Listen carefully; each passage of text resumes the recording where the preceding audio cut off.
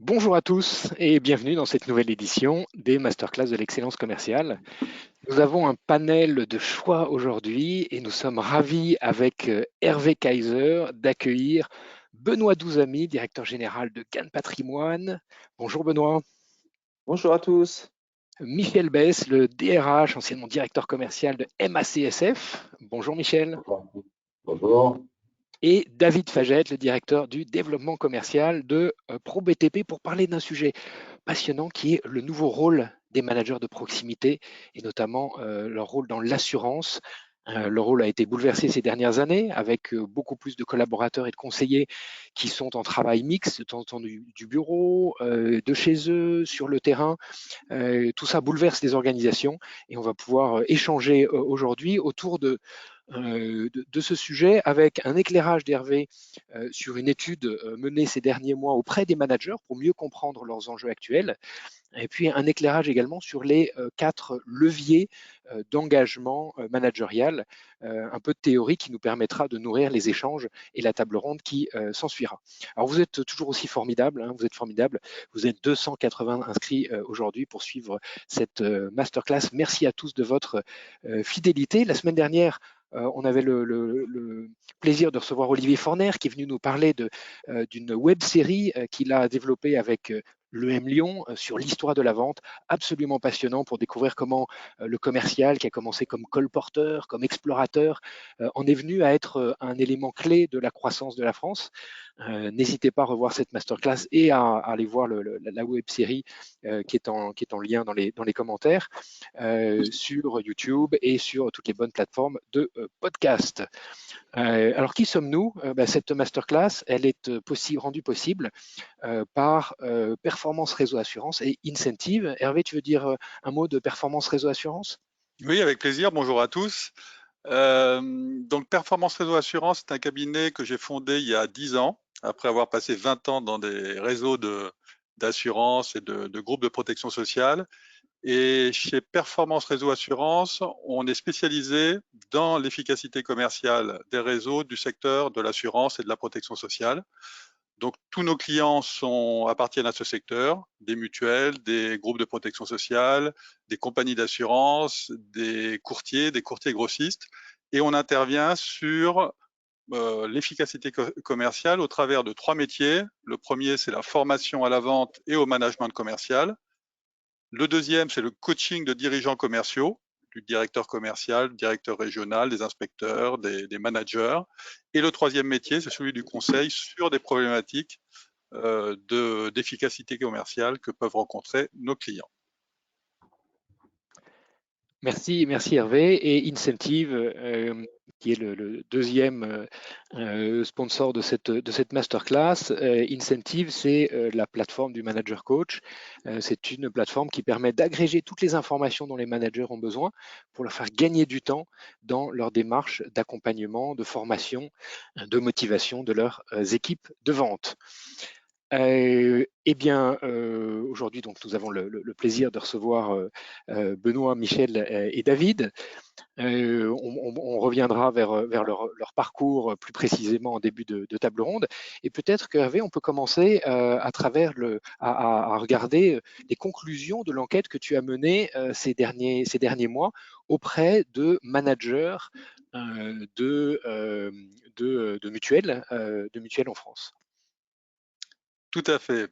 Alors, cette enquête que l'on a menée d'octobre 2021 à janvier 2022 est une enquête qui est la deuxième version d'une première vague que nous avions fait en 2020 et qui, elle, concernait les commerciaux.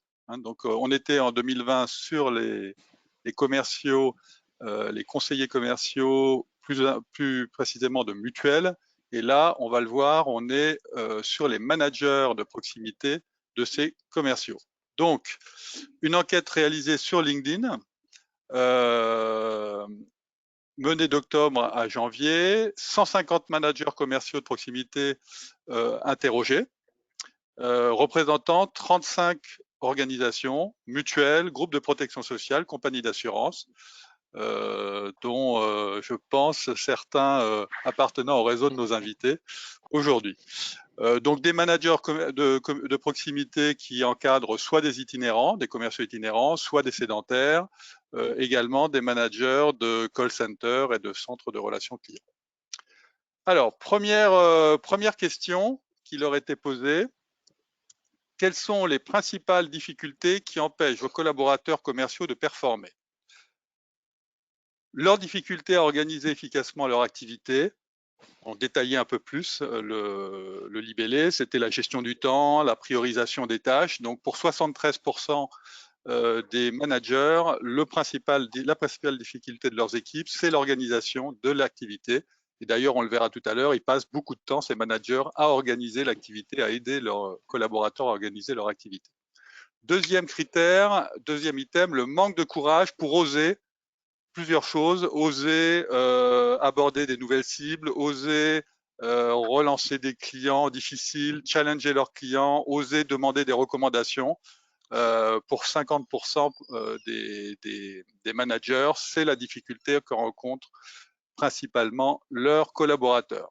Leur manque de compétences en technique de prospection. Le thème de la prospection revient très souvent. D'ailleurs, on intervient, nous, beaucoup sur ce thème-là. Prospection, donc bien sûr classique, prise de rendez-vous par téléphone, mais également prospection avec les nouveaux modes de prospection, réseautage, réseaux sociaux. C'est un sujet qui représente pas mal de difficultés pour les collaborateurs. Manque de ténacité, de persévérance dans le temps, capacité à relancer les clients, les devis, tenir dans le temps. Donc ces 4 premiers critères se détachent nettement. Et puis ensuite, vous le voyez, un certain nombre d'autres critères. Manque d'adhésion au principe même de performance commerciale. Alors, contrairement à ce qu'on pourrait penser, ce n'est pas que dans les mutuelles. Les résultats, alors dans certaines mutuelles, effectivement, il y a moins de culture de la performance. Mais quand on analyse les résultats mutuels par rapport au réseau d'assureurs ou d'autres organismes, il n'y a pas une différence aussi marquée. Le manque de motivation, le manque de compétences techniques de vente et négociation, manque de connaissance de leur cible, et puis après, donc plus en retrait, les outils commerciaux, le manque de disponibilité de leur manager et le manque de compétences sur les produits et services. Donc clairement, ce qui ressort, c'est des difficultés à organiser l'activité au quotidien, l'activité commerciale. Et alors, Deuxième Hervé, question. qu'est-ce qu'un Oui. manager de proximité peut faire de plus efficace pour aider ses collaborateurs à performer? C'est la deuxième question que tu as Alors, posée on leur a posé la pilote. question. Alors, qu'est-ce qu'ils peuvent faire? Plusieurs choses. Les accompagner en clientèle ou écouter les appels téléphoniques et débriefer. Donc, clairement, c'est perçu par les managers de proximité comme le levier principal. On verra tout à l'heure que ça pose problème puisque ça demande du temps. Et le temps, pour les managers de proximité, comme pour beaucoup de personnes, est quelque chose de difficile à obtenir et à dégager.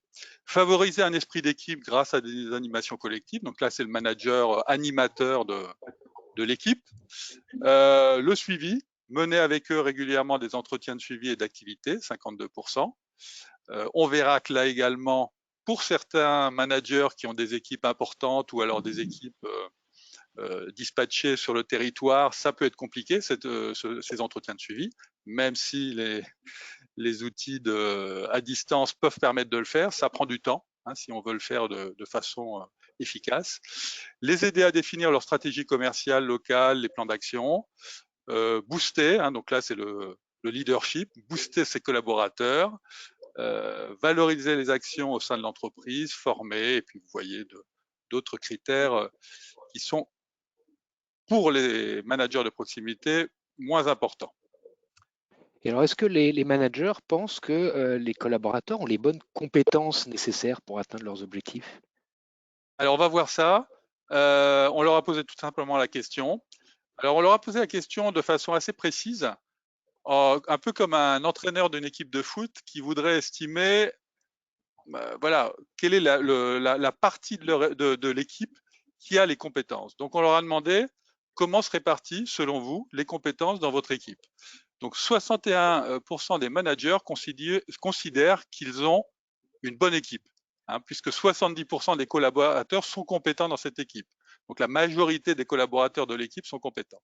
Donc, c'est plutôt positif C'est un peu étonnant parce que sur le terrain, on n'entend pas toujours ça des managers qui souvent se plaignent d'avoir peut-être pas l'équipe idéale, des collaborateurs qui sont pas suffisamment compétents.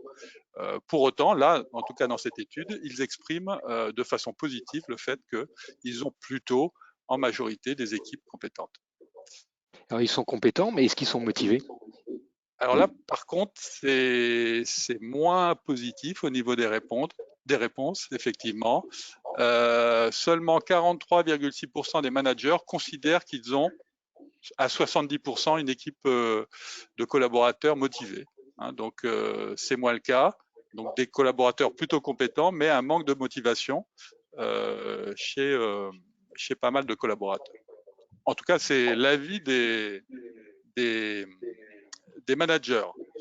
Mais là, on ne peut pas comparer puisque ce n'est pas la même période et pas forcément les mêmes réseaux. Mais en 2020, dans l'étude des collaborateurs, effectivement, on avait noté un manque de motivation important d'une part importante des collaborateurs. On le verra tout à l'heure avec la motivation des managers.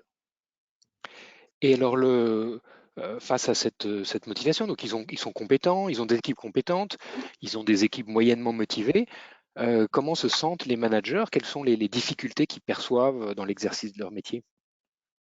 Alors, on leur a posé la question, quelles sont vos principales difficultés dans l'exercice de votre métier de manager commercial? Alors là, on a une réponse qui écrase toutes les autres. Le fait d'avoir trop de reporting et de tâches administratives à effectuer. Ça fait 30 ans que je suis dans les réseaux. C'est vrai que ça fait 30 ans que j'entends ça aussi.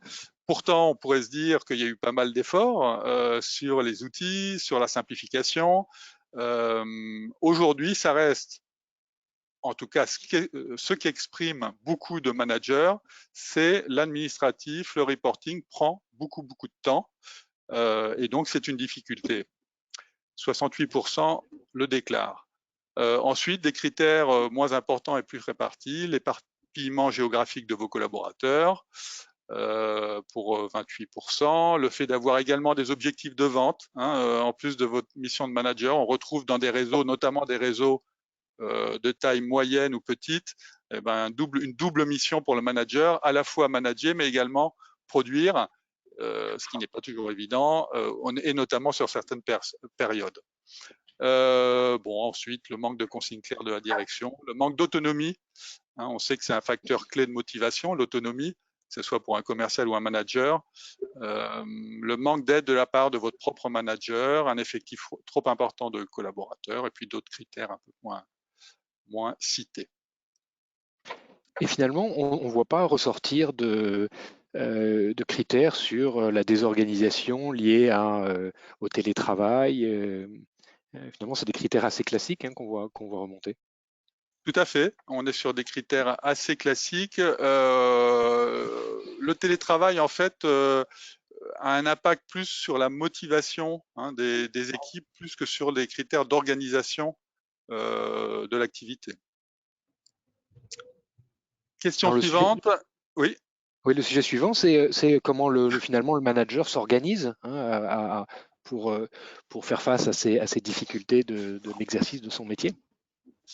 Alors là, on a une mauvaise surprise, des réponses qui montrent effectivement qu'il y a vraiment un problème avec le temps. 45% des managers managent moins de la moitié de leur temps. Ils sont managers de proximité, certains avec des équipes, et des missions qui ne sont consacrées qu'au management de l'équipe. Donc on pourrait se demander, à contrario, qu'est-ce qu'ils font le reste du temps? Alors ils nous disent que ils font beaucoup de reporting, beaucoup d'administratif. En tout cas, la majorité des managers passent peu de temps à manager, ce qui est clairement problématique, et on le verra tout à l'heure au niveau de la motivation. L'impact sur la performance de l'équipe? Alors, on leur a demandé effectivement quel est leur rôle en fait. Est-ce qu'ils ont un impact sur l'équipe? On espère qu'ils en ont un. Donc, qu'est-ce qu'ils nous disent?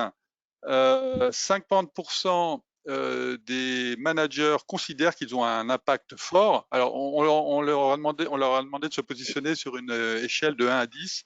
1, c'est impact très faible. 10, c'est très fort impact. Dans ce genre d'échelle, on considère que 8, 9, 10, c'est du fort impact. 7, ça devient moyen. Et en dessous de 6, c'est un impact moyen ou faible. Donc, en fait, en gros, c'est pour ça qu'on analyse les 8 et plus. C'est là vraiment qu'on est sur l'impact. Donc, 50% considèrent qu'ils ont un impact fort. Tant mieux. Pour autant,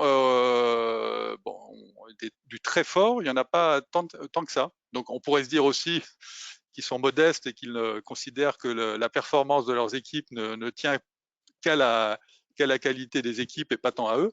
Voilà. À l'inverse, on voit que 23,8% des managers considèrent qu'ils ont un impact moyen, voire faible, voire très faible. Ce qui est plutôt là je me souviens problématique. quand on demandait aux commerciaux, 55% des commerciaux, alors là c'est tout secteur confondu, 55% des commerciaux considèrent que leur manager ne leur apporte pas de valeur. Tout à fait. Donc là, Là, on a c'est un peut-être, miroir ça fait entre partie de tous ces les sujets 23, oui, ces 23,8% effectivement, qui eux-mêmes considèrent qu'ils n'ont pas d'impact ou peu d'impact sur la performance de leurs équipes. Et dernière question, positive celle-là, et qui donne de l'espoir. À combien évaluez-vous votre propre motivation en tant que manager? Et là, moi, j'ai été vraiment surpris. Ils sont extrêmement motivés. 72% des managers se disent motivés, dont 32% mettent la note maximale. Si on compare par rapport, on avait posé la même question aux commerciaux en 2020, il n'y avait que 44% des commerciaux qui se considéraient comme motivés, et la barre des 10, même 9-10, c'était que 10%. Donc là, franchement, les managers se déclarent très motivés. Tant mieux, parce que pour manager et avoir de l'impact sur les équipes, faut être soi-même motivé. Sinon, la mission est compliquée. Donc là, c'est plein d'espoir sur ce critère-là.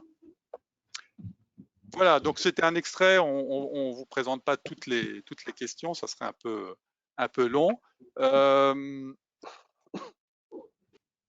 Avant de commencer la table ronde qui aura lieu en deuxième partie de notre réunion, j'ai quand même envie là de poser la question à nos trois invités de savoir par rapport à ces résultats de cette étude, quels sont leurs étonnements ou leurs réactions. Est-ce qu'il y a quelque chose qui les étonne ou au contraire qui confirme leur vision des choses?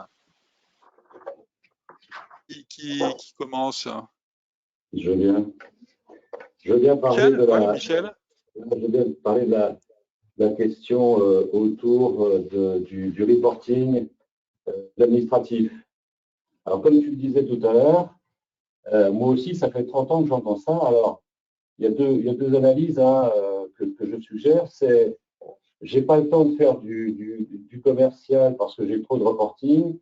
Soit c'est les compagnies et les sociétés d'assurance qui n'ont rien compris et qui continuent à s'échiner, à savoir à la minute ou à la demi-heure ce que font leurs collaborateurs, et à partir de là, demandent beaucoup de reporting.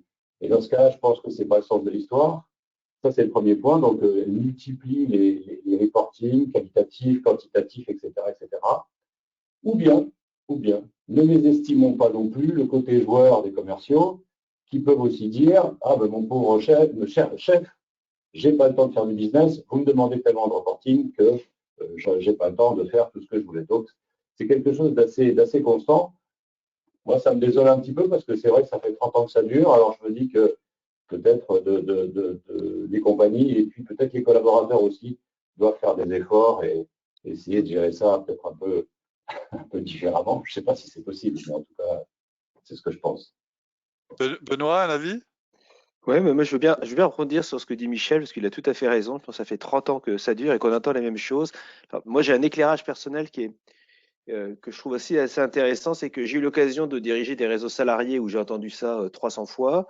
Et effectivement, le côté joueur, sans aucun doute, puisque tu mets 10 d'administratif ou tu en mets 50 ou tu en mets 100, il y en aura toujours trop, quoi qu'il arrive. Donc ça, c'est voilà. À partir du moment où tu connais cette constante-là, je pense qu'à un moment, il faut malheureusement passer un petit peu outre. Mais comme j'ai la chance aujourd'hui d'avoir un réseau non salarié et d'indépendants et de chefs d'entreprise qu'on manage forcément, on va en reparler après, très différemment, on se rend compte que en tant que compagnie, c'est vrai que de mettre moins d'indicateurs, d'être peut-être moins dans un pilotage, si j'ose dire, très, très prégnant, ça peut marcher aussi. Donc, ça nous oblige à se repenser quand même et à se réinventer un tout petit peu. Et moi, je me suis rendu compte que ce qui me paraissait une nécessité avant, maintenant, par nécessité, l'est beaucoup moins, mais du coup, et pas pour autant peu efficace, confère les croissances qu'on arrive à avoir dans ce type de compagnie. Donc voilà, ça oblige aussi nous à revoir un peu le logiciel et c'est deux angles différents mais intéressants. Merci Benoît. David, un avis? Oh, oui, je peux rebondir sur ça. Alors, j'avais noté, comme toi, Hervé, hein, la motivation très forte des managers, ce qui était pour moi un vrai point d'appui par rapport aux besoins qu'on a hein, de ces managers dans les transformations qu'on vit aujourd'hui. Alors moi, j'ai une lecture aussi complémentaire. Je rejoins tout ce qui vient d'être dit par Benoît et Michel. Il y a aussi, on est dans un secteur, hein, celui de l'assurance, qui était par nature déjà réglementé, mais qui s'est encore plus fortement réglementé au cours des dernières années. Et c'est vrai que réglementation et développement commercial, c'est pas toujours ce qui se marie le mieux. Et après, c'est une question de perception. Et c'est vrai que c'est des personnes qui ont l'autonomie, qui sont sur le terrain, il peut y avoir une perception de cette réglementation, le devoir de conseil, tout ce qui s'est compilé au cours des différentes années, qui peut leur paraître lourd, effectivement. Donc, on a aussi un rôle, je pense, d'accompagnement à notre niveau pour expliquer et donner du sens sur tous ces sujets qui sont importants et qui avancent. Moi, je comprends aussi cette perception-là. Hein, et puis, on est encore dans une logique de transformation pour vers plus de digitalisation dans une société qui s'accélère. Et effectivement, on a besoin de ça. Pour rebondir sur l'intérêt ou pas de reporting et de suivi d'activité, chez ProBTP, on a arrêté de fixer des objectifs de suivi d'activité. On reste sur effectivement des résultats avec la manière et la méthode commerciale pour les conduire. Mais sur l'activité, c'est les managers qui restent pilotes voilà, de cette logique-là. Et on a enlevé ces reportings-là parce qu'effectivement, je rejoins ce que Michel et Benoît ont envie de dire. C'est pas forcément la finalité des compagnies, des mutuelles, des groupes de protection sociale que de suivre cette activité qui n'est pas une fin quelque part en soi. Voilà, c'est une modalité à moyen. L'importance, c'est effectivement d'atteindre les objectifs. Très bien, merci de ce premier éclairage, Hervé. C'est passionnant de voir que finalement les problèmes persistent. Et puis on a ces nouveaux éléments sur la motivation du manager qui semblent ne pas faillir. Et ça, c'est très réconfortant. Alors les managers, ils sont aujourd'hui dans beaucoup d'organisations, dans beaucoup de compagnies, chez beaucoup d'organismes mutualistes au cœur du succès des transformations en cours. Pendant très longtemps, on a demandé aux managers d'appliquer avec rigueur des processus au moment où on automatisait, où on industrialisait ces processus.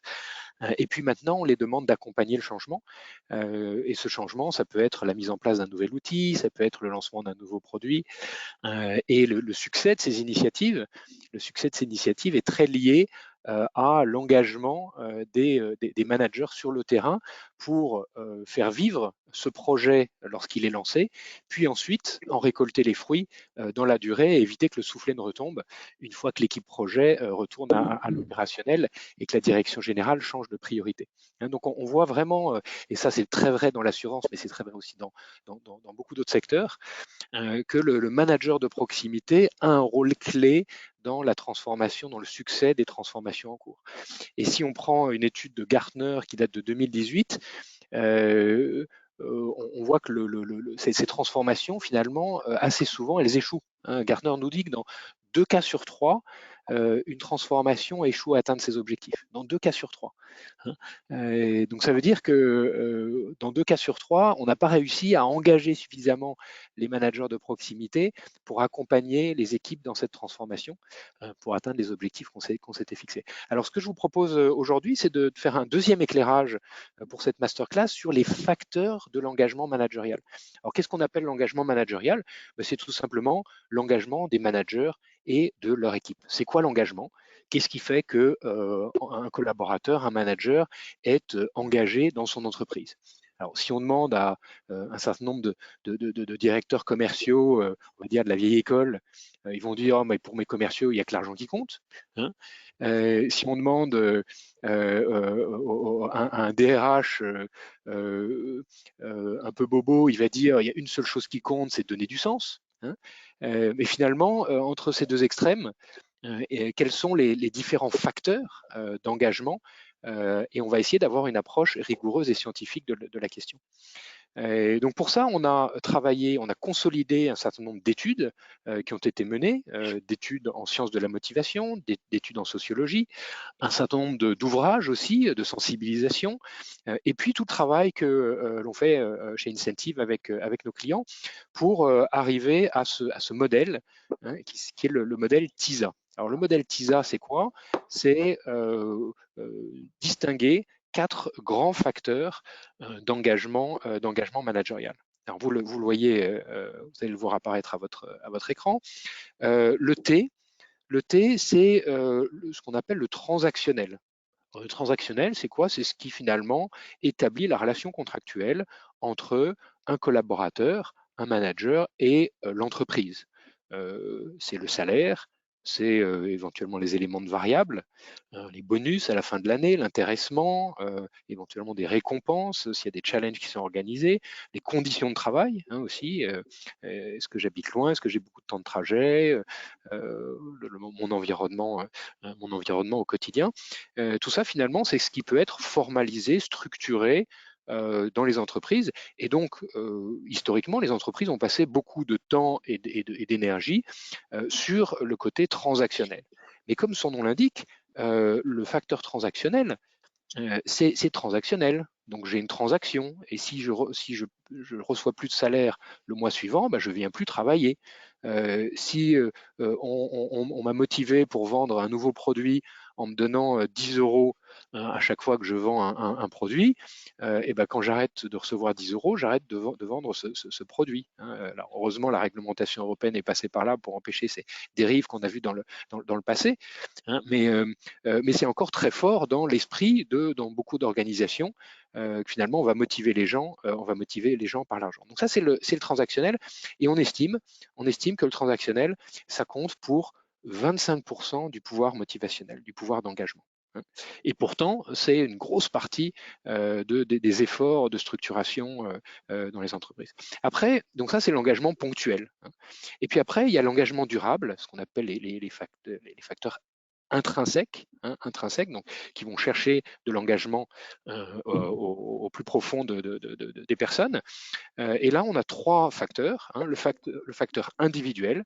Donc, dans le facteur individuel, il y a les apprentissages. Est-ce que mon entreprise me donne les moyens d'apprendre, de progresser, d'améliorer mon employabilité finalement?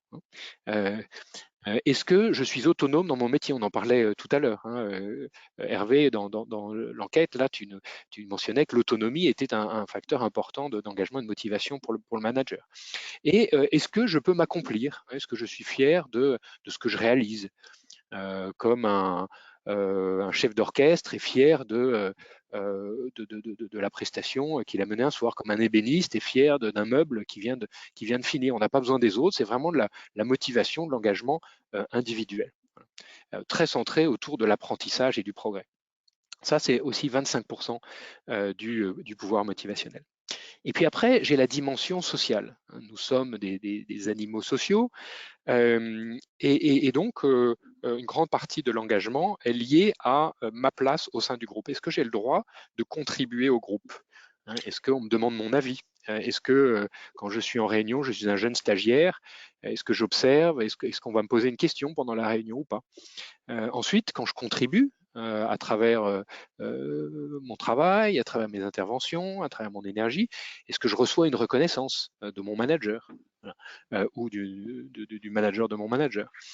Et puis le dernier levier sur ce facteur social, c'est la fierté d'appartenance, qui est un levier extrêmement puissant, qui nous permet finalement de libérer des énergies collectives incroyables. C'est ce qui fait qu'on va être des millions à descendre dans la rue quand on gagne la Coupe du Monde de football, on est des millions à sauter sur nos canapés quand on gagne en face des All Blacks. C'est cette fierté d'appartenance à l'équipe France. On n'a rien à gagner, c'est pas du transactionnel. On n'a rien à apprendre, c'est pas du facteur individuel. On est juste très fier de faire partie du collectif. Et ce facteur social, hein, ces leviers sociaux, on peut les travailler à tous les niveaux. Je peux avoir une fierté d'appartenance à l'équipe de Toulouse parce que mon manager sait nous engager comme une équipe de rugby. Je peux être fier de faire partie de la région Grand Sud-Ouest.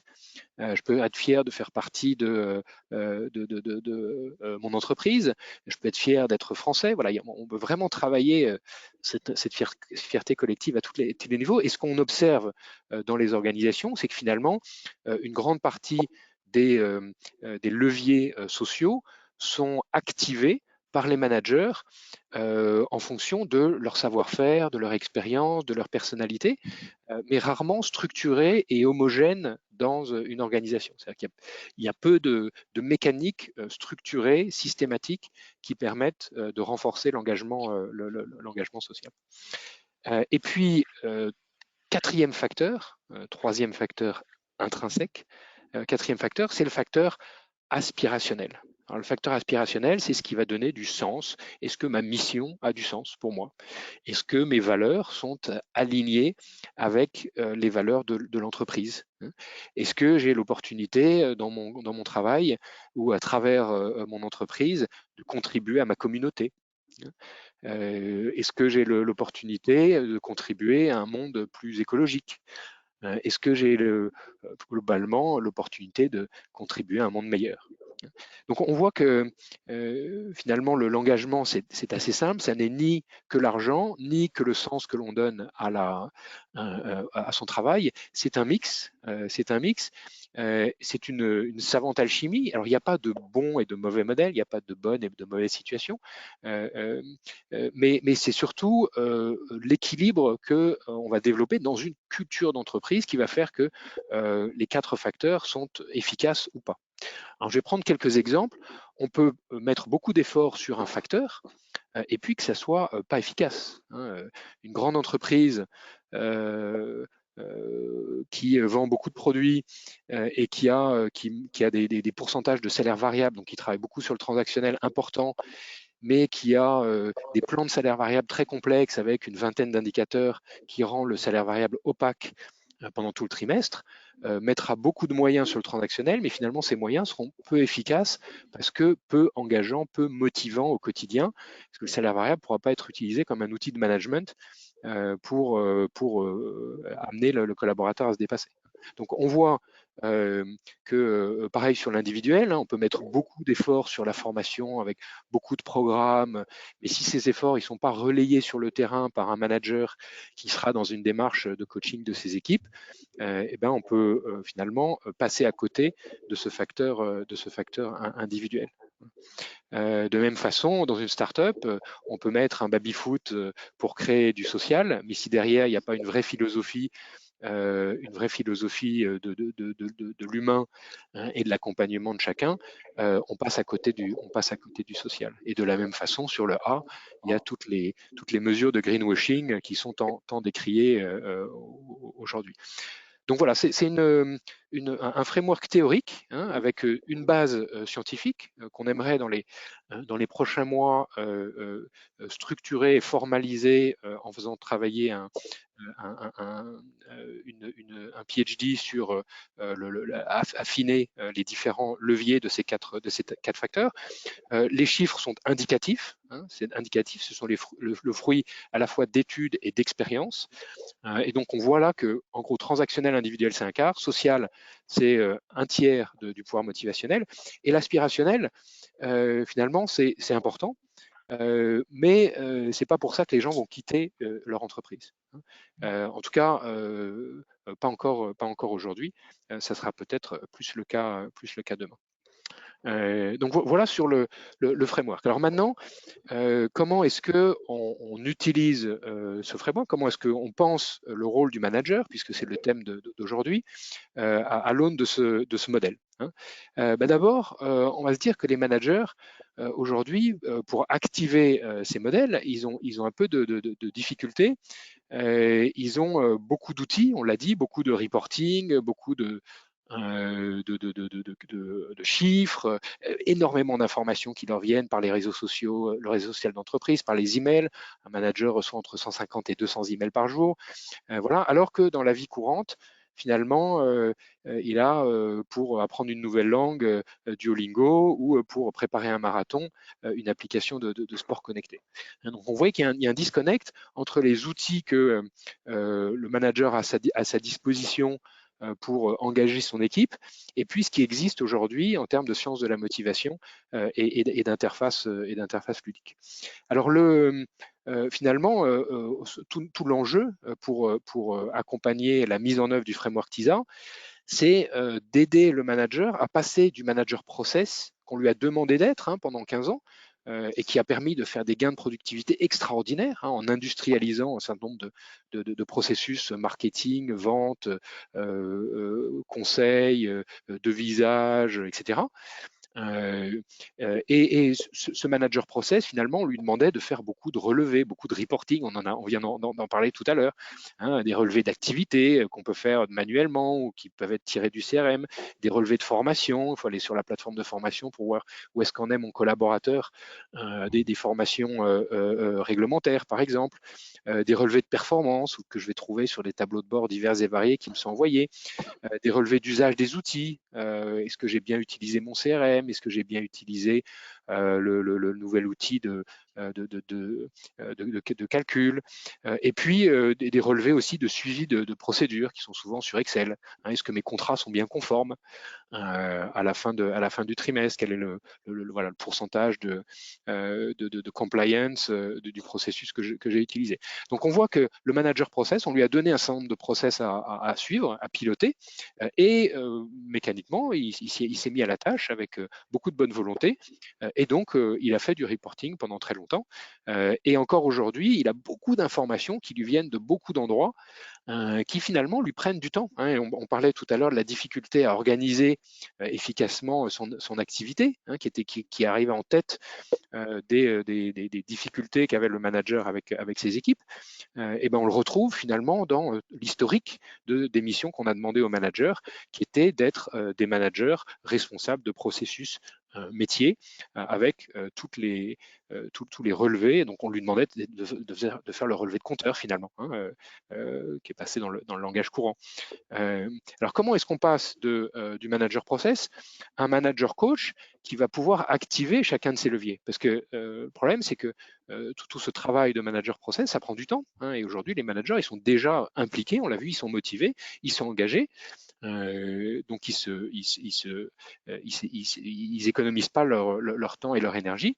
Et alors pour ça, il y a un premier sujet qui est comment on va agréger l'information, comment est-ce qu'on va consolider l'information, et on voit dans beaucoup d'industries des processus dans certaines industries, dans l'industrie de la distribution, on va appeler ça des data lakes, voilà, on consolide l'information, et puis pour la mettre à disposition de l'interlocuteur, de l'usager, sous une forme plus digeste, on va dire. Donc, la première étape pour passer au manager coach, c'est d'abord d'aider le manager. C'est d'aider le manager, de lui faire gagner du temps, Et moi, j'ai beaucoup aimé vos premières réactions face à l'enquête d'Hervé.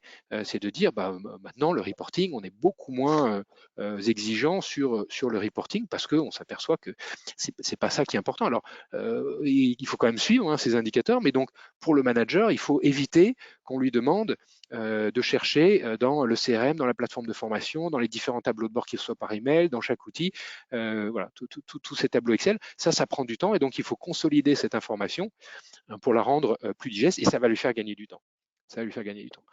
La deuxième façon dont on peut aider le manager pour devenir un vrai coach, un vrai coach de la transformation, donc l'aider dans son nouveau rôle, c'est de rendre les chiffres motivants. Alors ça veut dire quoi, rendre les chiffres motivants? C'est ce qu'on appelle la gamification. Alors la gamification, pendant très longtemps, on a dit ouais, c'est les challenges, et les challenges, c'est plus d'actualité. Quand on fait des challenges individuels, forcément, il y a 15% des gens qui vont gagner, donc il y a 50% des gens qui sont démotivés, et tout ça est vrai. D'autant plus qu'aujourd'hui, on a besoin d'équipes qui travaillent ensemble. Les clients ont des exigences beaucoup plus fortes vis-à-vis de leurs conseillers, et donc on doit utiliser l'expertise de l'équipe. Et si on fait des challenges individuels, on va avoir des comportements individualistes. Donc rendre les chiffres motivants et faire de la gamification, ça ne veut pas forcément dire faire des challenges individuels. Ça veut dire contextualiser le chiffre pour le rendre motivant. Quand on fixe un objectif d'équipe, déjà, c'est une forme de gamification. Quand je vais classer des équipes entre elles sur la satisfaction client, c'est une forme de gamification. La gamification, ça ne veut pas forcément dire qu'il y a des cadeaux à la fin. Il y a énormément de gamification qui est mise en œuvre aujourd'hui, qui joue sur les dernières recherches en sciences de la motivation pour engager des utilisateurs, des collaborateurs, sans récompense monétaire. Donc rendre les chiffres motivants, c'est leur donner du contexte qui va être motivant pour celui qui va lire le chiffre. Donc typiquement,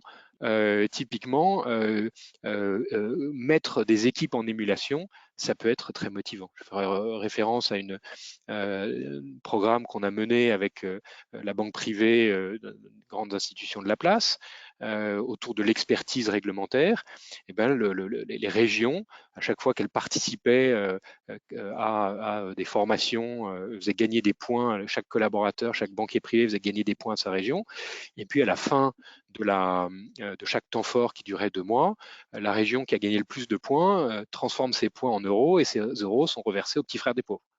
Donc on sait créer des dynamiques qui vont toucher là à la fois le I, le progrès, la formation, l'individuel, je me sens progresser, et puis le A, je vais donner du sens à mon action collective. Donc la gamification peut aider à travailler sur chacun des leviers TISA. Et puis la troisième façon d'aider le manager à mettre en œuvre les facteurs TISA, c'est de leur donner les bons outils. Les bons outils pour des sessions d'entraînement à la vente. On a vu que tout à l'heure, un des premiers leviers d'action et de performance que les managers identifiaient, le premier, c'était accompagner mes clients en clientèle. Et maintenant, accompagner les clients en clientèle, et là c'est une autre statistique qui vient de l'industrie de la santé. Un article qui est paru il y a 15 jours dans Pharmaceutique, qui est un journal de référence dans l'univers des laboratoires. 80% des accompagnements clientèle, enfin des visiteurs médicaux vis-à-vis de leurs médecins, ont disparu. Donc le nombre d'accompagnements d'un manager avec son collaborateur face à un client ou un médecin en l'occurrence, 80% de ces accompagnements ont disparu. Donc il ne reste plus que 20% de cette activité que pourtant les managers, comme nous dit l'enquête d'Hervé, identifient comme le meilleur moyen de renforcer l'efficacité des collaborateurs. Donc comment je fais maintenant que je suis à distance? Eh bien, comment je fais maintenant que je suis à distance? Il faut que je sois capable de prendre un enregistrement, d'enregistrer ma conversation en Teams, en Google Meet, d'analyser cette conversation et de donner au manager des indicateurs, par exemple, combien de questions ouvertes, combien de questions fermées, combien de temps tu as parlé, combien de temps tu n'as pas parlé. Voilà. Tous ces sujets qui vont permettre d'outiller le coaching, les sessions d'entraînement à la vente du manager avec son collaborateur.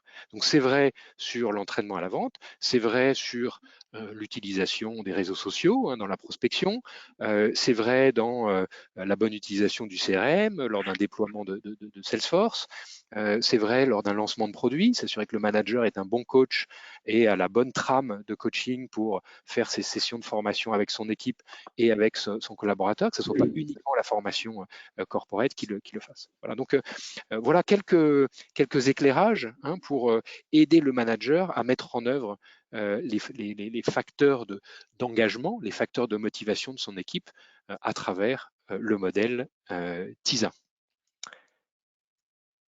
Voilà, un exemple très concret. la SNCF a besoin de dynamiser les 1500 collaborateurs dans les bars TGV, un contexte fortement syndiqué. 80% des collaborateurs dans les bars TGV ont une carte d'une centrale. On met en place TISA et la gamification. On redonne du sens au métier, au rôle du manager pour lui donner un rôle de coach, en rééquilibrant ce qui vient du siège, ce qui vient du manager intermédiaire et ce qui est directement partagé en communauté par les commerciaux sur le terrain. Forte amélioration de la satisfaction client, on est passé de 65% à 92%, plus 20 millions d'euros dès la première année, un impact direct sur le chiffre d'affaires. Donc le framework TISA, quand on va chercher de l'engagement, c'est efficace. Pourquoi? Parce qu'on focalise les énergies collectives dans une même direction. On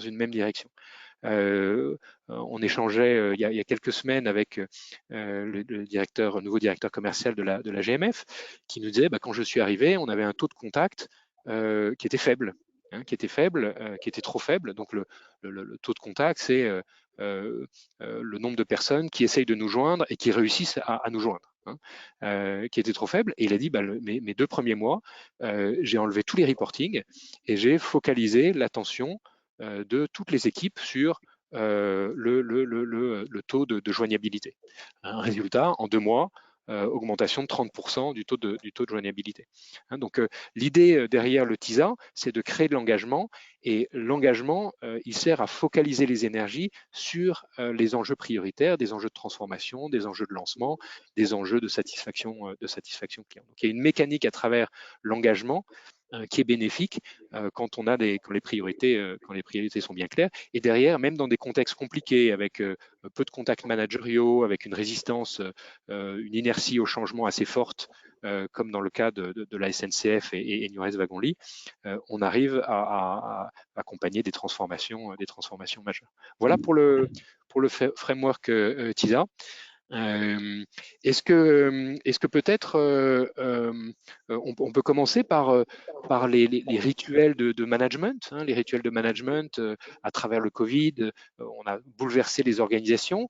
Déjà, peut-être comment ça vous fait réagir ce modèle TISA, et comment votre mode de management ou vos managers ont évolué dans leurs rituels ces dernières années. Michel, vous voulez commencer? Oui, avec plaisir. Alors, il y a deux cas. Il y a les rituels avec les commerciaux et les rituels avec les gens du siège. Donc, en tant que les commerciaux, les rituels ont évolué, mais j'allais dire qu'ils sont habitués à gérer l'autonomie, ils sont habitués à gérer la solitude, ils sont habitués à gérer tout ce qui est déplacement, etc., etc. Donc ça, je dirais que le Covid l'a complexifié un petit peu, a accru un certain isolement, certes, mais il y avait déjà un bon entraînement. Non, la chose qui m'a fasciné ces 2 dernières années, c'est avec le Covid, au départ, en mars 2020, la difficulté des managers du siège, et c'était naturel, de voir ses collaborateurs partir et eux-mêmes partir à distance, etc., etc. Donc ça a été un vrai sujet de stress au départ. Bon, la bonne nouvelle, c'est qu'on avait, grâce à la SNCF précédente, vous parliez de la SNCF, grâce à la dernière grève de la SNCF peu de temps avant, on était très très bien équipés en termes informatiques. Donc du coup, on a pu gérer ça de façon très, très positive. Mais plus sérieusement, on s'est retrouvé avec des collaborateurs du siège isolés, avec des managers à distance, des managers vraiment déboussolés parce que il y avait cette notion de présence, de surveillance aussi, il faut le dire parfois, qui n'existait plus. Donc on a eu au départ on a fait beaucoup de formations de management à distance, on a beaucoup travaillé sur la notion de confiance. Et pour être tout à fait franc, ça a payé parce qu'aujourd'hui, c'est devenu quelque chose d'extrêmement naturel et cette confiance est présente. Qui n'exclut pas le contrôle, bien sûr. David, dans ton organisation, comment est-ce que cette démarche managériale a évolué? Oui, alors déjà merci Roland pour la présentation de teaser, je trouvais intéressante par rapport au rituel et à différentes questions, ça donne un éclairage intéressant. Alors pour moi, je vais juste resituer les rituels de management sont arrivés et ont été travaillés notamment avec tous les managers et Hervé Kayser qui nous a accompagnés dans cette approche. Ils ont été réalisés en 2018 au moment de la création de la direction du développement commercial chez ProBTP, qui est une direction assez jeune. Et ça, l'efficacité commerciale et l'harmonisation des pratiques, qui était un des objectifs importants au moment de ce lancement de cette création, a eu pour pierre angulaire quelque part la création de ces rituels. Ça reprend effectivement ce qu'on vient de voir à la fois dans l'étude présentée par Hervé par rapport à, également aux éléments de motivation et d'inspiration qui a été positionnés. Alors quand on parle des rituels, de quoi on parle? On en a fixé 4, hein, c'est assez précis. Et ce qu'on a donné aux managers, quelque part, dans cette boîte à outils des rituels de management, c'est la capacité pour les rendre acteurs de choisir le bon rituel en fonction de l'objectif qu'ils poursuivaient. Donc, pour moi, les rituels, enfin, ceux qu'on a travaillés, en tout cas, sont au nombre de 4. Il y a le lancement de semaine, on est sur un format régulier, une animation courte. Ça répond à des objectifs de motivation des équipes qui sont sur le terrain, qui ont besoin d'avoir ce contact permanent. Et par rapport à la question, justement, ces lancements de semaine qui n'existaient pas avant 2019 ont été adoptés progressivement et la crise sanitaire qu'on a connue ont fait que ils sont devenus indispensables en 3 ans, tant pour les commerciaux que pour les managers qui les pratiquent avec de réelle progression. Et si certains sont connectés, je tiens à les remercier parce qu'effectivement, ils ont eu une vraie pratique, ils ont osé, ils se sont lancés, ils ont pris des initiatives sur ces rituels et aujourd'hui, cette réussite, c'est avant tout la leur. Deuxième rituel, il va être plus collectif, c'est la réunion, on en faisait. En revanche, on a été chercher dans une réunion, réunir les équipes. C'est une ressource rare en présentiel, encore plus dans les 2 années qu'on vient de passer. Donc, qu'est-ce qu'on fait pendant ces réunions? Ça a été le travail qu'on a mené avec des échanges de bonnes pratiques, des ateliers, là aussi, pour travailler le collectif. Alors, d'une autre manière que celle qui a été décrite avec des outils digitaux, mais d'une manière aussi qui est importante. Et les rituels, pour ça, ont été vraiment clés. Le troisième rituel et le quatrième, c'est des rituels plus individuels. Ils répondent à d'autres objectifs, mais qui sont aussi importants dans les 4 lettres de TISA. C'est le premier, ça va être le point individuel, le suivi, le diagnostic des points forts et des points à renforcer. Et puis derrière, un autre rituel qui était existant, mais qu'on a vraiment reprécisé, c'est une ressource rare aussi, c'est l'accompagnement. Il a une durée longue. Il vise à former l'ensemble des collaborateurs commerciaux et c'est un vrai dispositif clé notamment sur la deuxième lettre, sur le I, parce qu'effectivement ça donne tout son sens.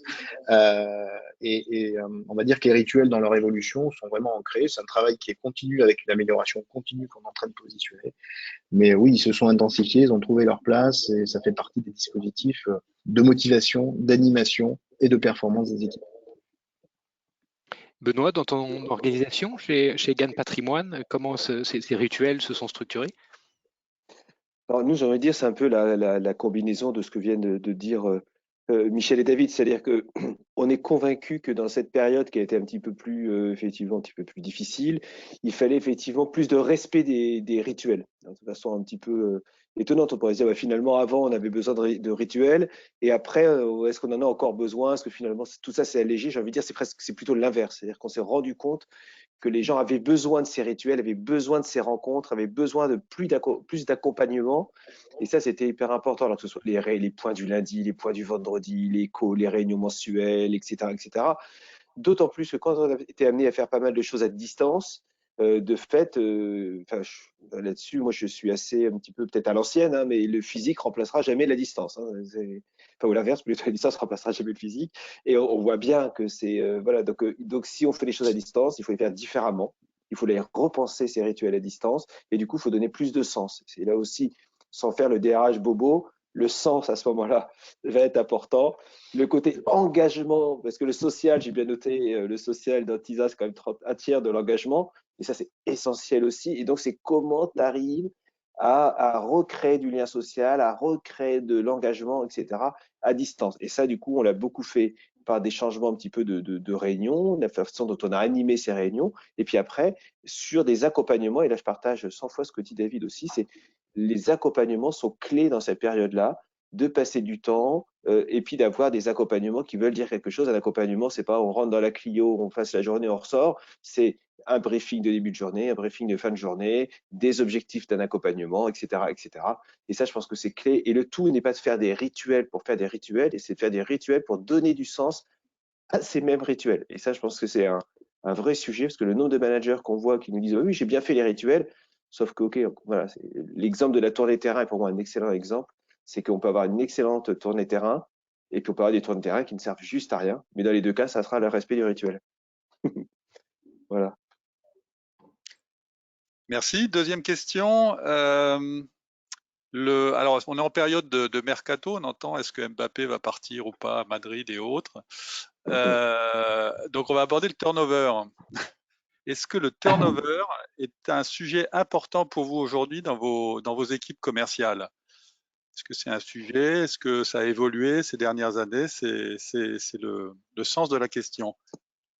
Est-ce que... Ouais, Benoît, si tu veux. Allez, je prends la main. Nous, c'est un sujet clé, hein, le turnover. Alors nous, quand on est chez Gain Patrimoine, personne ne part de chez Gain Patrimoine, hein, c'est évidemment. Mais plus sérieusement, nous, on a un taux de turnover qui est important les 2 premières années. Après, quand les gens sont installés, très sérieusement, ils restent, ils ne partent plus, et voilà, ça se passe très bien. Encore une fois, nous, les équipes commerciales, ce sont des chefs d'entreprise puisqu'ils sont indépendants. Et donc, les gens, voilà, j'ai toujours tendance à dire, moi, the sky is the limit, hein, ils peuvent travailler beaucoup, ils font ce qu'ils veulent. Et à la fin, effectivement, ils peuvent gagner beaucoup d'argent, ils ont beaucoup d'autonomie, mais ils sont jamais complètement seuls. Ce qui fait que c'est un modèle qui fait que les gens sont très heureux une fois qu'ils y sont et qu'ils réussissent. La difficulté, c'est les 2 premières années. Donc, c'est vrai que nous, on a été très, très attentifs parce qu'on a eu un turnover qui était autour de 50% hein, sur les 2 premières années, donc qui est, nous, un vrai problème, qui nous coûte beaucoup d'argent, qui coûte de l'argent aussi aux gens qui viennent et qui restent pas, évidemment. Donc, ça, on a été beaucoup plus, enfin, en tout cas, moi, depuis 2-3 ans, on est beaucoup, beaucoup plus attentif à la qualité du recrutement, aux soft skills des gens qu'on va recruter aussi, et pas, on ne fait pas attention uniquement au parcours. Ça, on est très attentif à ça, la capacité de réflexion, d'engagement, l'organisation, etc. Et ce qui fait qu'aujourd'hui, on a plutôt tendance à avoir des gens qui partent moins. Et puis en parallèle, on a mis une grosse académie, qu'on appelait de façon très originale l'académie Gain Patrimoine, qui fait qu'on les accompagne beaucoup plus en proximité. On a changé les protocoles d'arrivée, etc. On a créé alors j'aime pas parler de grades, mais en tout cas, on a tout un parcours qui donne des perspectives aux gens et qui fait que les gens, on a baissé quasi de 50% le taux de départ, là, sur les 3 dernières années. Mais aussi, on a recruté paradoxalement un petit peu moins de personnes au démarrage, puisqu'on a été beaucoup plus exigeants. Mais le fait est que, comme ce qui fait venir les gens, 50% de nous, des gens qui viennent, c'est la cooptation, et bien quand vous avez des très bons qui réussissent, parce que vous avez été plus exigeants au début, et bien à la fin, c'est des meilleurs aussi que vous réussissez à récupérer, et c'est un cercle vertueux qui se met en place. Et nous, l'année dernière, en net, on a augmenté plus 15% la taille du réseau. Donc ça, voilà. Mais il nous a fallu quasi 3 ans pour arriver à ça. Et aujourd'hui, on a beaucoup de vrais talents et avec beaucoup moins de départs qu'auparavant. Voilà, donc c'est un Bien. point clé à voir. Alors là, on était sur un réseau indépendant. Peut-être, David, toi, ton réseau, il est différent. Est-ce que ce sujet du Alors oui, turnover est alors important? c'est un sujet, ouais, c'est un sujet qu'on regarde comme tout le monde. Alors c'est effectivement important, Hervé, on a tous des métiers ou des natures d'entreprise un petit peu différentes. Donc, le groupe ProBTP est un acteur historique dans la protection sociale du BTP et de la filière construction. Il est affinitaire, on va travailler beaucoup autour des valeurs et notamment de la redistribution et de la solidarité, avec une politique d'action sociale forte, innovante. Ces valeurs-là, les commerciaux et les managers les portent au quotidien. Moi, je fais le lien effectivement entre les valeurs, le sentiment d'appartenance. On est dans l'aspirationnel, hein, je reprends le teaser tout à l'heure. Et ça fait partie des valeurs fortes du groupe. Et aujourd'hui, on constate que ces valeurs correspondent à beaucoup de salariés et on fidélise, sont fidélisantes. Roland disait, on ne sait pas aujourd'hui si ça empêche les gens de partir ou de rester. Je pense qu'il y a dans la société actuelle, dans les nouvelles générations notamment, les valeurs ont du sens et les valeurs sont importantes et ça fait partie des sujets. Alors si on revient plus précisément au turnover, on a principalement des départs liés au départ en retraite, hein, avec des salariés qui sont fidèles.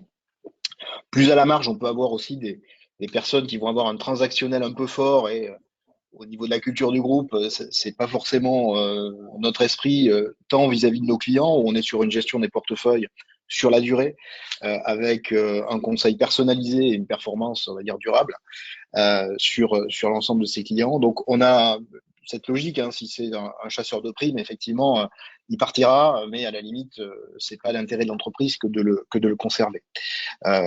Ça n'enlève à rien l'importance du transactionnel. C'est une question d'équilibre, hein, dans mon propos, entre l'ensemble des sujets.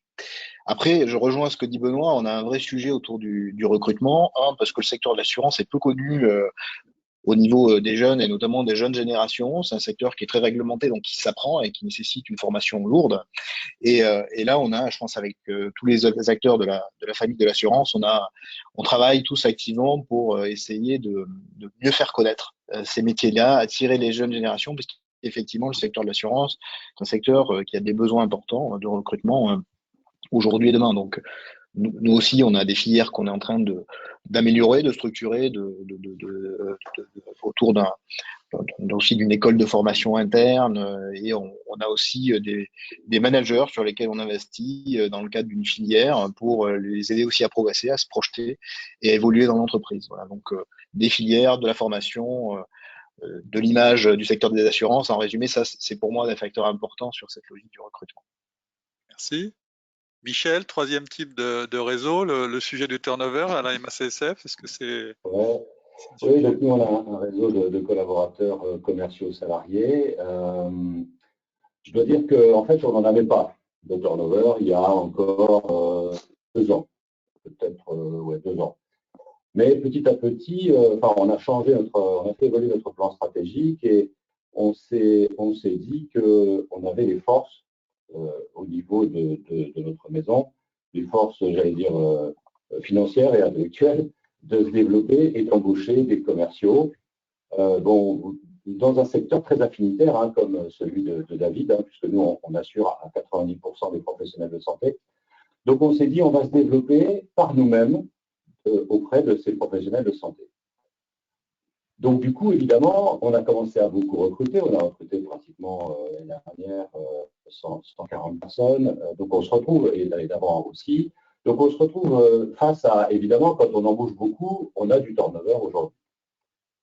Moi, ce que je pense, c'est que la particularité et je rejoins un peu Benoît là-dessus, c'est que ce qu'on a mis en termes en place, c'est que tous les collaborateurs qu'on accueille, on est très vigilant tout de suite sur leur capacité, leur implication et leur motivation, leurs appétences à nos valeurs, leurs appétences au transactionnel. Hein. Nous aussi, on n'est pas une société avec un transactionnel très élevé.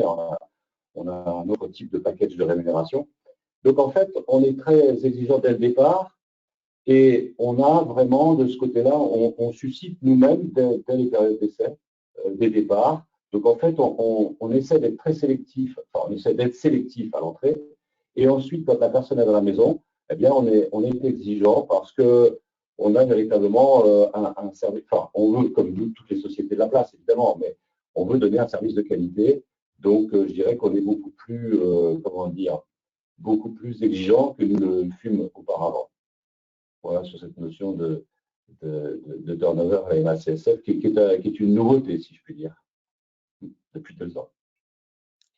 Alors dans ce nouveau contexte, les managers ont un nouveau rôle. Quelles sont les compétences, les nouvelles compétences que vous voulez renforcer, soit que vous cherchez quand vous recrutez des nouveaux managers ou quand vous promouvez des nouveaux managers, ou que vous voulez renforcer chez les managers existants?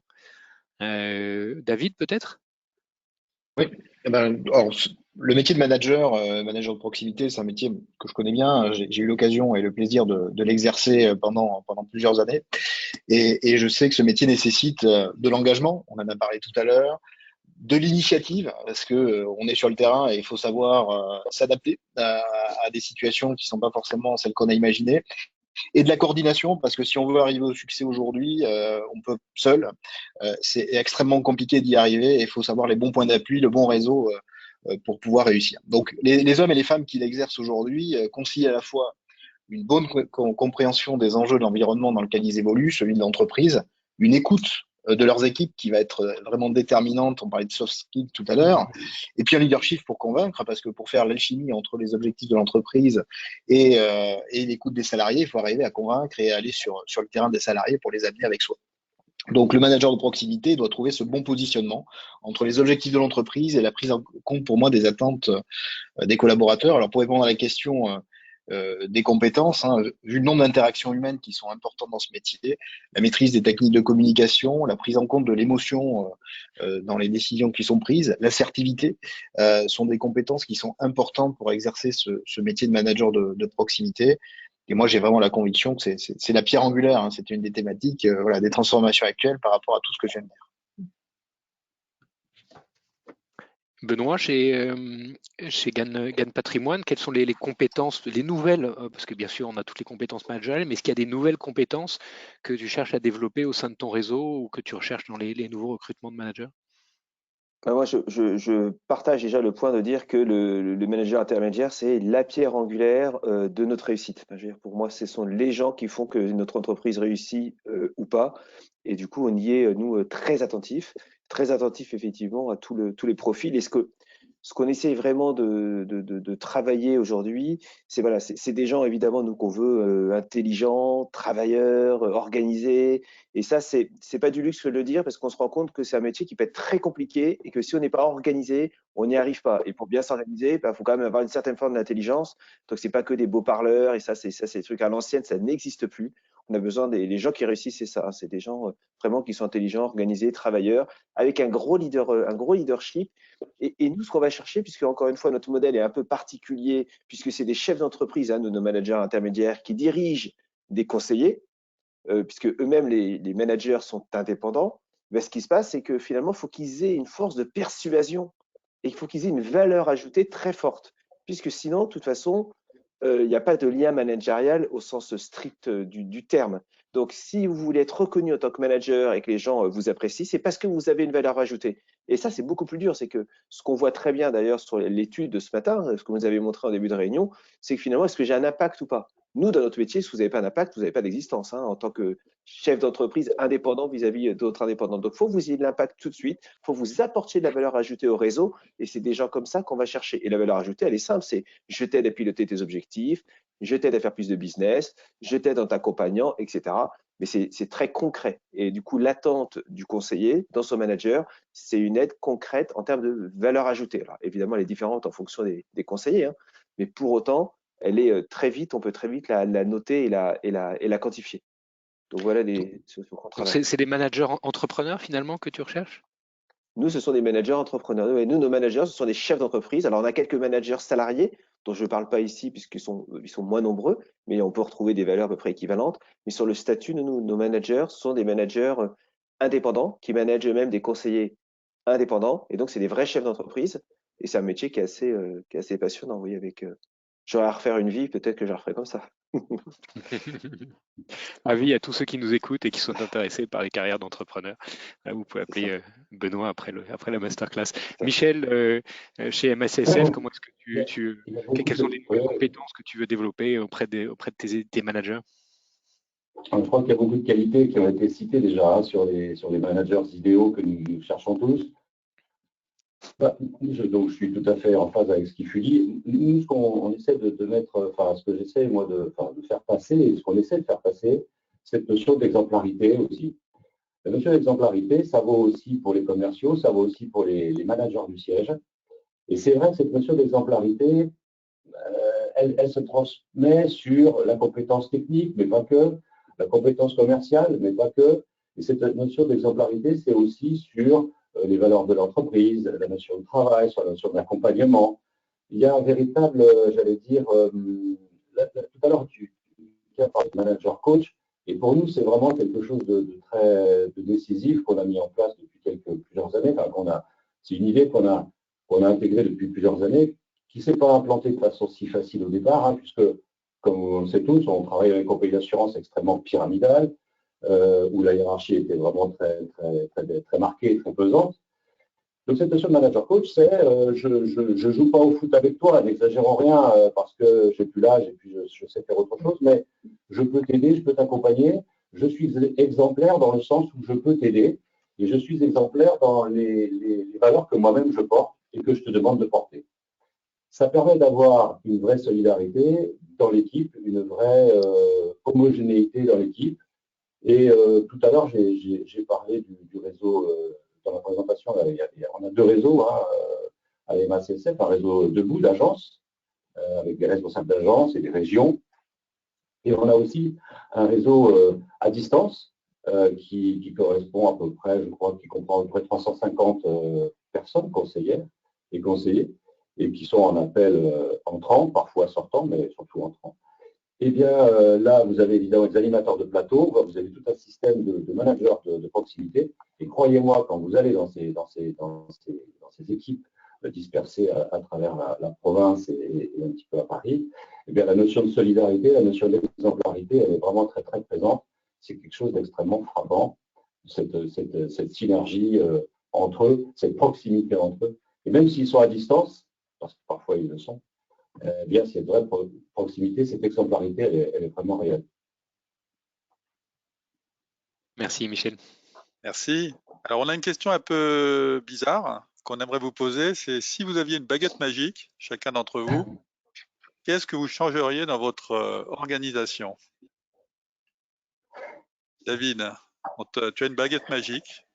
Ah, c'est le retour de Poudlard, pardon. Voilà, on est dans Voilà. effectivement. Donc, plus sérieusement, bon, on a mené un travail important là. On a évoqué notamment à travers les interventions le travail important sur la définition de la stratégie chez le ProBTP commercial. L'organisation sur les 3 dernières années a beaucoup bougé.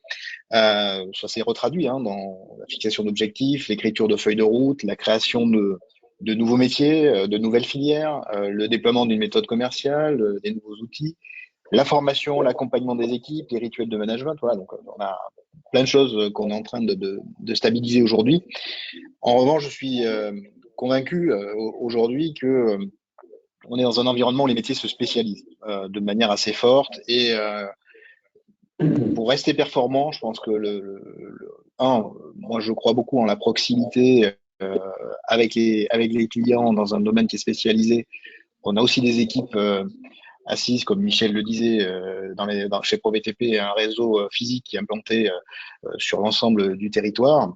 La proximité reste un facteur fort. Donc, notre organisation qui a des implantations régionales et un réseau à distance, pour moi, c'est quelque chose qui doit être maintenu, voire renforcé, car ça répond à un vrai besoin, des clients.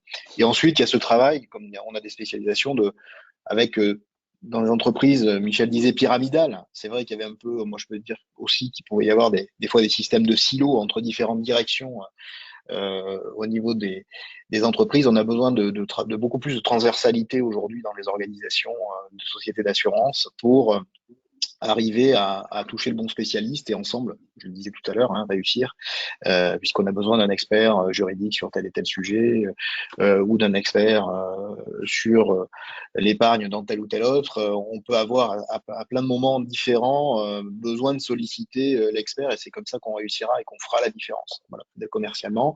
Donc, je pense que en termes d'organisation, pour moi, c'est 2 axes qu'on vient de développer, renforcer la proximité et le contact avec les clients et favoriser la transversalité en interne pour améliorer le service et l'efficacité.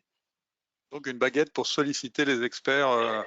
Voilà. Mais c'est une grosse baguette magique, là, parce qu'il y a du travail. Voilà. Benoît, je te passe la baguette magique.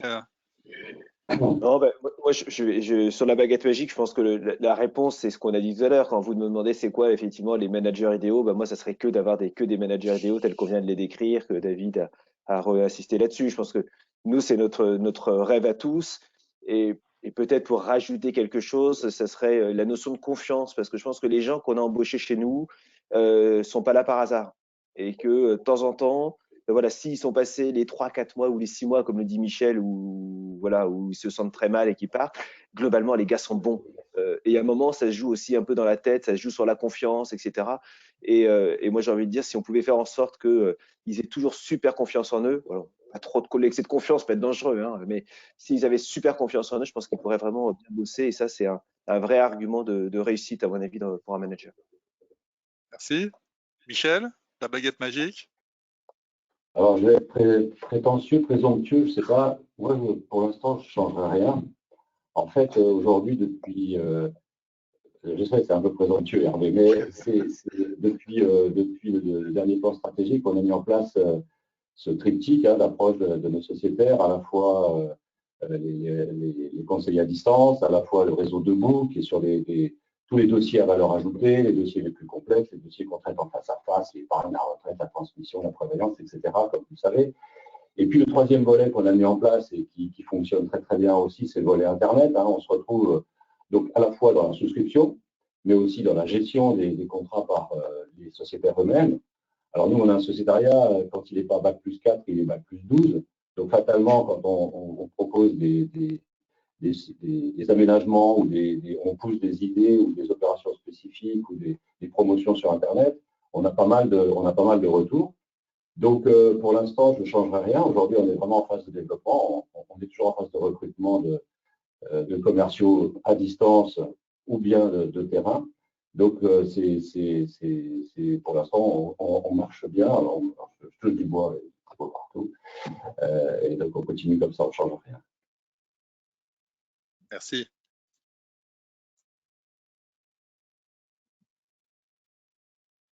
Alors, question suivante.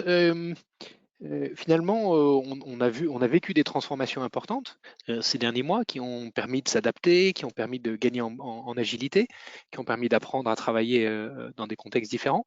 Comment est-ce que vous voyez le rôle manager évoluer dans les prochains mois, les prochaines années? À quoi ressemble le manager du futur, le manager commercial du futur dans l'assurance? Benoît, tu veux commencer? Oui, alors, merci. Moi, je pense que c'est un manager qui gardera tout ce qu'on a dit auparavant. Évidemment, je pense que là-dessus, il n'y a pas de sujet sur l'accompagnement, le manager coach auquel je crois, moi, beaucoup, avec moins de contrôle, plus de sens, plus d'envie, sans aucun doute. Mais ça sera aussi un manager plus connecté. Ça aussi, c'est important. Je pense qu'aujourd'hui, on a un énorme sujet de comment mieux travailler la data, comment mieux travailler avec un CRM, comment mieux cibler nos clients, comment mieux aider finalement les commerciaux à gagner du temps et à gagner de l'impact commercial. Aujourd'hui, on passe beaucoup de temps, encore une fois, sur les soft skills, sur l'envie, sur le pilotage, mais on a dans nos CRM, ils sont d'une pauvreté extrême, en tout cas chez nous, à mon sens, parce que je pense qu'on ne travaille pas suffisamment les datas de nos clients, les datas de nos prospects. Nous-mêmes, je pense qu'on n'est pas complètement, même si on fait beaucoup d'efforts dessus, mais je pense qu'il y a un vrai sujet de la data, de la connexion, et on doit, enfin, le manager et nous en premier lieu, on doit finir de convaincre que c'est grâce à cette data, c'est grâce à ce management effectivement aussi de temps en temps à distance, etc., qu'on va pouvoir aider les conseillers à avoir beaucoup plus d'impact. Encore une fois, si vous savez quel client appeler pour proposer quelle offre, à quel moment, vous allez gagner juste 50% de temps plutôt que d'aller tourner en rond, etc. Et je pense qu'on peut augmenter la productivité au moins de 50% si on arrive vraiment à convaincre sur comment marche un CRM, comment remplir de la data, comment mieux travailler son univers digital en n'ayant pas peur de faire des visites à distance. Encore une fois, aujourd'hui, de faire, j'en sais rien, 20, 30, 40% de ces visites à distance, même dans un réseau de proximité, ça ne me choque pas. C'est des clients connus pour aller faire des actes avec une valeur ajoutée qui n'est pas la même que quand on est en face à face, etc. Mais voilà, et c'est des choses aujourd'hui où on a encore beaucoup de freins.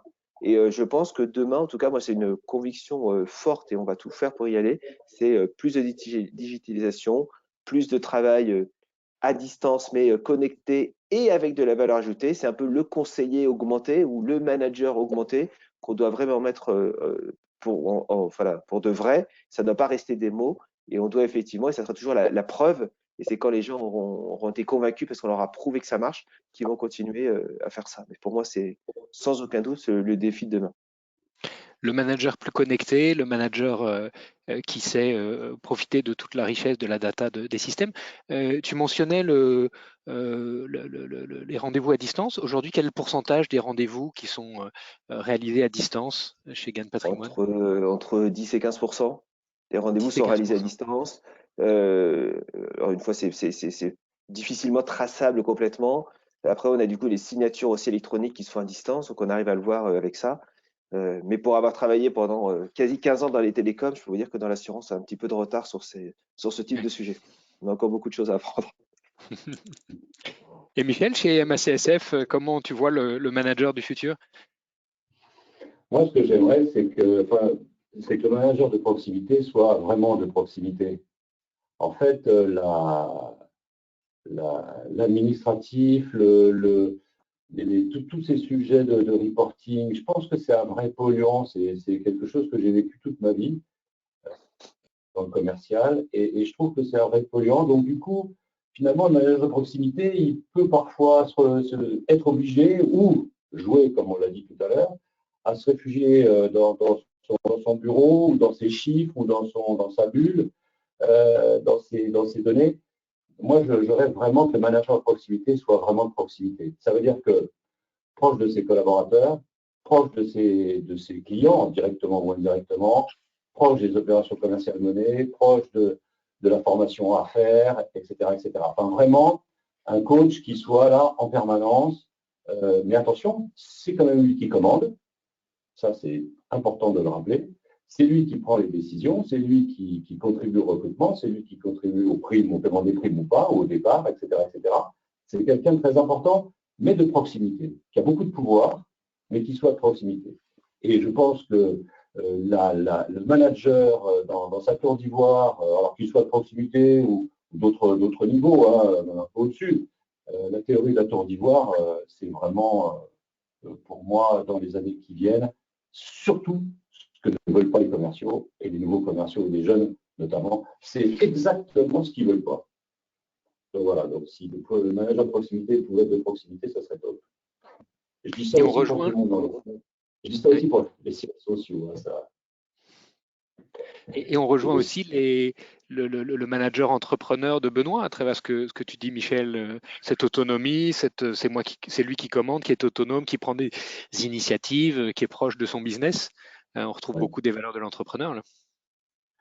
Ouais, mais dans un cadre, alors, parce que bon, ce dont parle Benoît sont des entrepreneurs véritablement Des entrepreneurs. vrais entrepreneurs, oui. Oui.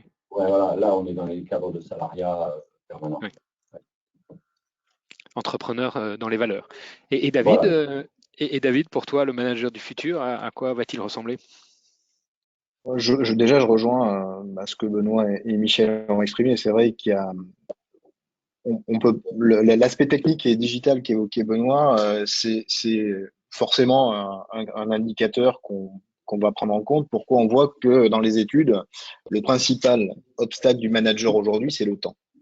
Voilà. Et en permanence, il va devoir choisir et donc renoncer à une partie des missions au détriment des autres. Le fait d'avoir la capacité, avec une meilleure exploitation des data, d'avoir une meilleure visualisation de ses prospects et des clients et d'aider ses équipes à être le plus efficace pour produire le maximum d'effets dans un temps le plus réduit possible, je pense que c'est l'intérêt commun. Et donc, le manager de demain doit être à l'aise et on doit l'accompagner pour, si c'est pas le cas, la navigation dans les différents outils digitaux qui vont lui permettre d'être complètement en lien avec ses équipes.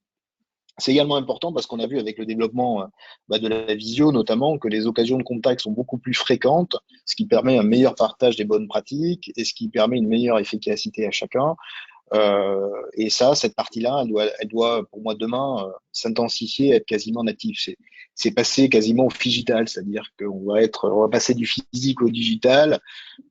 Comme le disait Benoît, un client qui va passer, qu'on connaît, qui a souscrit un contrat, qui va besoin d'un autre conseil, mais à distance parce qu'il peut pas se déplacer, bien entendu, qu'on doit l'accompagner et le servir pour aller dans cette direction-là. Et donc le manager doit avoir cette même logique. Je pense qu'on a aussi avec ce digital, une capacité d'accompagner, on parlait tout à l'heure d'enregistrer effectivement des entretiens avec le commercial s'il est en difficulté, a demain la capacité, si c'est à distance, d'enregistrer avec l'accord du client un certain nombre d'échanges à des fins de formation.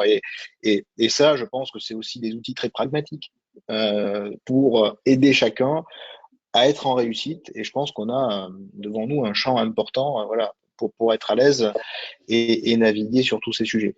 Mais je rejoins aussi même en tant que, on va dire, réseau salarié, hein, je pense que l'entreprise, la volonté d'entreprendre, moi en tout cas, c'est ce que j'attends des managers aujourd'hui et demain encore de manière encore plus forte, parce que je considère que l'organisation et l'efficacité collective, elle sera d'autant plus forte que les initiatives, dans le cadre d'une stratégie. Hein, je rejoins Michel. Il y a un cadre effectivement qui est plus serré quand on est dans le monde du salariat que quand on est en tant que chef d'entreprise. Mais ces initiatives, elles sont clés pour réussir demain parce que ça va tellement vite. Si on passe par X autorisation, voilà, donc ça passe par de la souplesse, ça passe par un manager qui doit accompagner ses équipes aussi dans cette prise d'initiative pour être le plus efficace possible. Merci beaucoup. Alors, on arrive à la fin de notre table ronde et avec Roland, on s'était dit que ça serait intéressant que vous puissiez partager ce qui vous inspire, partager auprès de tous nos invités, peut-être une lecture alors, sur le thème plutôt du management, mais une lecture, un personnage, une citation qui vous nourrit dans vos activités.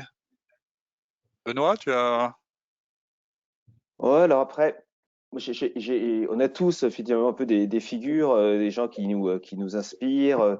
Moi, j'ai toujours un petit peu trois, mais sur des aspects finalement assez différentes.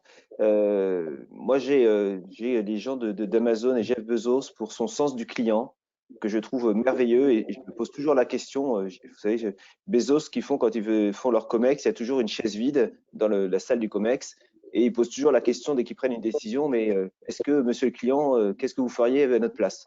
Et ça, moi, j'aime beaucoup cette approche-là parce que je pense que c'est quelque chose qu'on ne fait pas suffisamment et quel que soit son client interne, externe, etc. Donc ça m'inspire, tout comme Steve Jobs m'inspire beaucoup. Lui, plus pour sa persévérance. C'est un gars, il disait, c'est sa capacité à changer le monde, tout est possible, etc. Et de présenter toujours en bénéfice utilisateur, c'est ce qu'il faisait toujours, très marketing. Plutôt, il présentait pas un téléphone, il présentait un truc incroyable qui allait changer le monde, ce qu'il a réussi à faire au demeurant. Et ça, je pense, c'est un deuxième axe qui moi, m'inspire beaucoup. Et puis quelque chose qui est beaucoup plus terre à terre.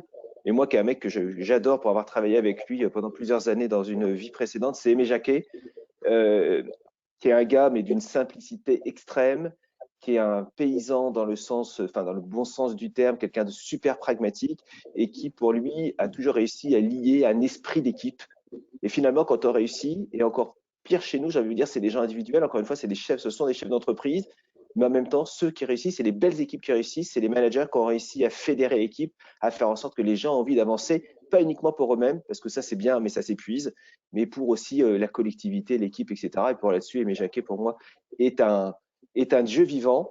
Et du coup, effectivement, quand je fais la combination, comme disent les Italiens, de ces trois personnes, je vous avoue que voilà, ça me permet de temps en temps de réfléchir. Et puis j'ai la chance, je fais une petite pub, d'avoir un patron aussi qui est très inspirant et qui est un mec génial et qui aussi nous aide. Et c'est pas toujours le cas, donc il faut le signaler quand c'est le cas.